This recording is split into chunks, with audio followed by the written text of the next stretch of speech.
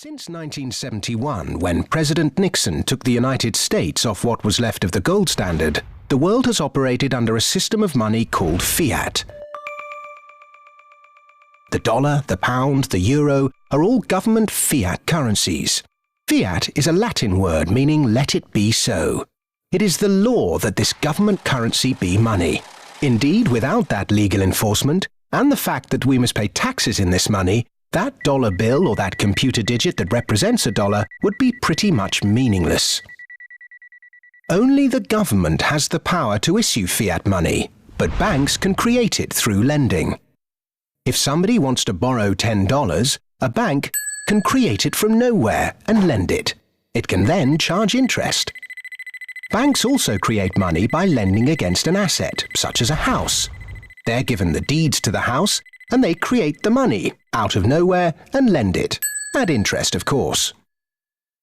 Over the last 40 years, since this fiat system of money became the global norm, the supply of money has grown exponentially.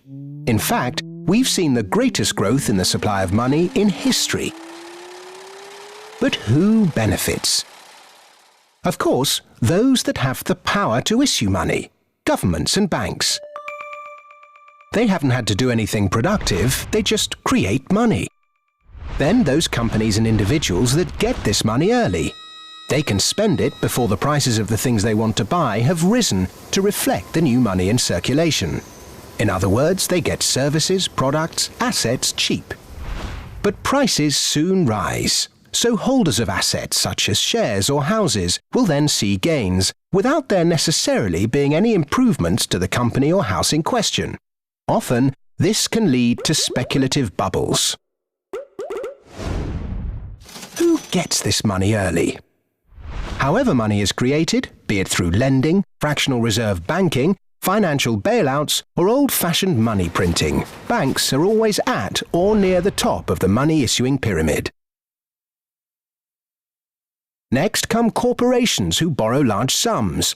Those on lucrative government contracts for new ventures, particularly overseas, banks' associate companies and partners, those that borrow early and at low rates, and the bank's senior employees.